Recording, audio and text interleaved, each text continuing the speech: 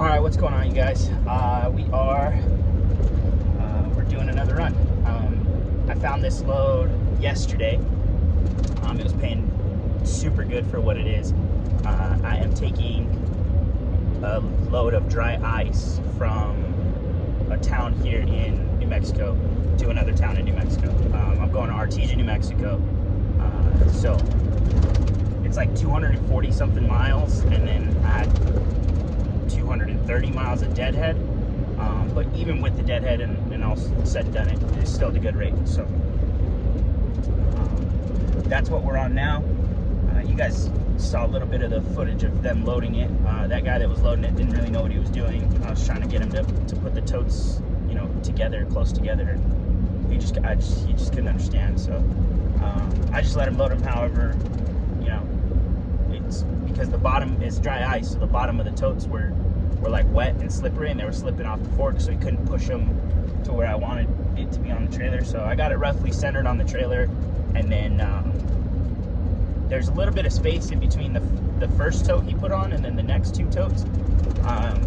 But I had to take a piss, and there was nowhere to piss out there, so I was just like, nah, dude, it's good. It's good. Each one of those containers, he said, weighs about 1,400 to 1,500 pounds, so I'm not really concerned about the weight distribution. And as far as securement goes, it's only 1,500 pounds. I'm not really worried about it coming loose off the trailer. Like I said, I'm only going 240 miles. So I'll show you how I have the straps when I stop to put fuel. And I'll show you a little bit more of the load. But just want to let you guys know what we're up to. Just hanging out, looking at the wildlife. There's all kinds of pronghorn antelope, cows, and whatnot out here. So I'm just gonna go ahead and kick back and enjoy that and keep driving.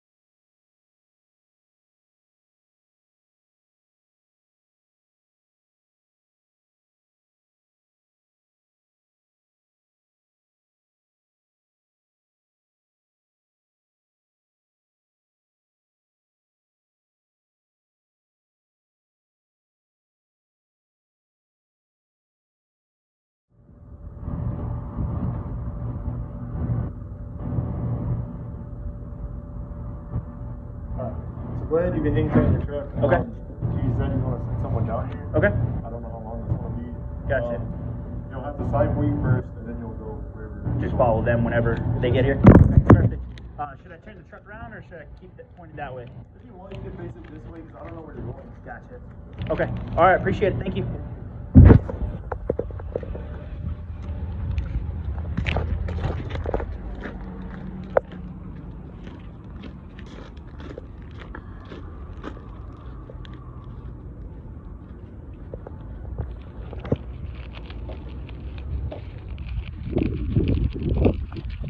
Boy, I got a story for y'all.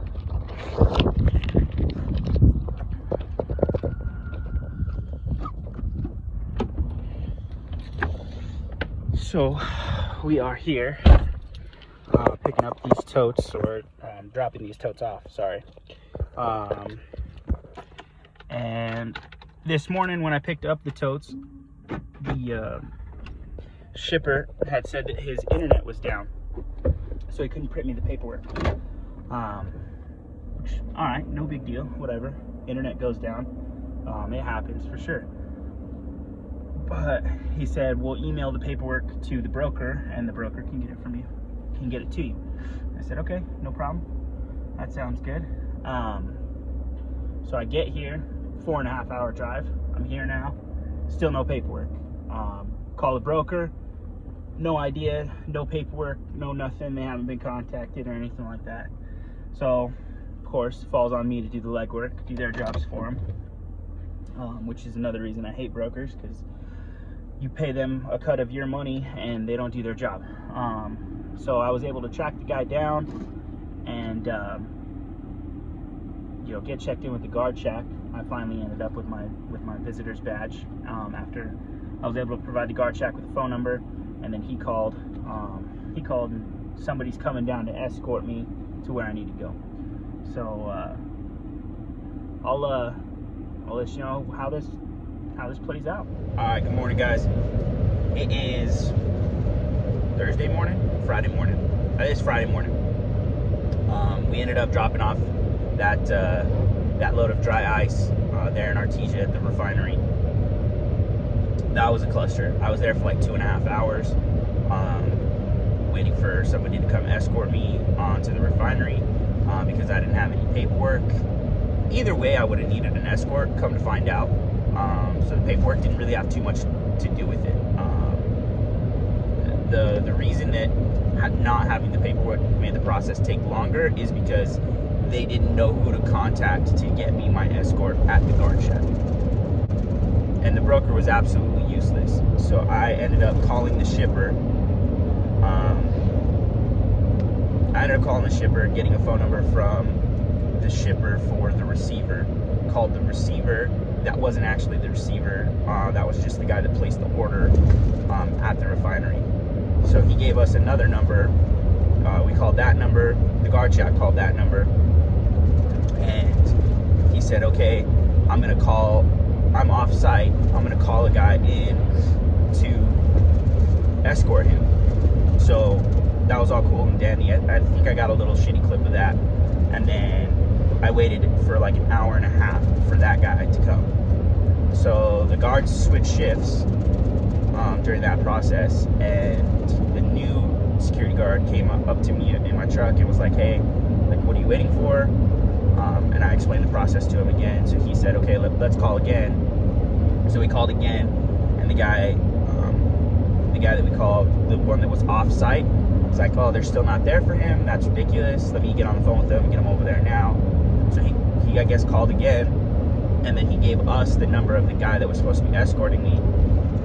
So he called him, and then the security guard called him, and then he was there within about 15 minutes. And then they pulled me back through the refinery. I didn't get any footage of it because I was on the phone. So they pulled me back through the refinery, ripped it off the truck. I put my straps away, and then he escorted me back off the refinery. It is the next day after I delivered that load. So we're on our way with a little bit of a deadhead to Andrews, Texas. We're picking up a load there in Andrews, Texas. It's going up to Gillette, Wyoming. Dang, it's been a heck of a couple of days. So I'm here to pick up in Andrews, Texas, and there's nobody here. They said make sure you're there at 8 a.m. You got to get loaded at 8 a.m. They won't load you anytime after 8 a.m. So I'm here. I've been here. I got here at 8. It's 8:20. Nobody's here. There's no cars in the parking lot. When you call the number to this place, it's disconnected. So I called another. I'm picking up at Summit. I called another Summit branch in Odessa. I talked to the lady there. She's like, oh, there should be somebody there. She gave me the gate code. Gate code doesn't work. She's like, that's strange. Let me call somebody and see if somebody will call you back. So that's just what you're gonna deal with when you come out here, man. It's hurry up and wait every day. Every day of your life, you gotta hurry up and wait. So I'll check in with you guys later. All right, ladies, we finally are about to get loaded. This guy finally showed up. It is 8:30. No big deal.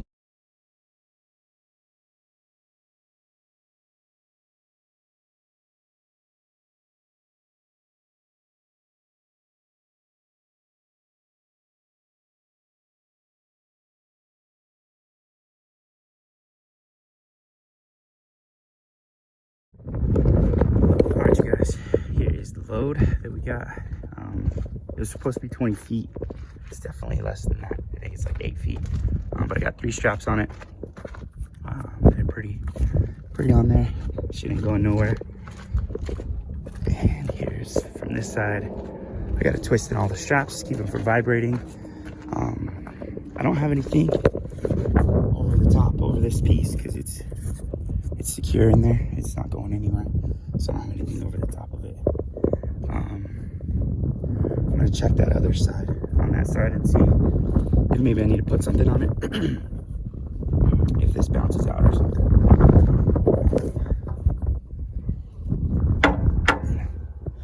Yeah, that moves. So I'm gonna throw a strap over that too. All right, so I ran another strap over that piece on the top. I could have just loosened this one and ran it over the top, but I figured I'd put one next to it. Also put a twist in it. That's it, everything else is secure. The load's secure, it's not going anywhere. That's it, that's how we're running it. We'll keep you guys updated on if we get another load.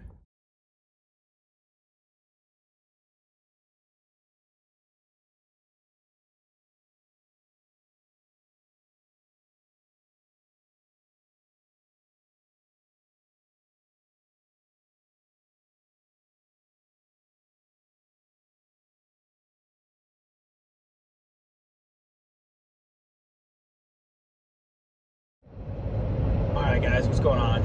It is Monday evening. It's about 7 o'clock. Dropped off that tub earlier this morning.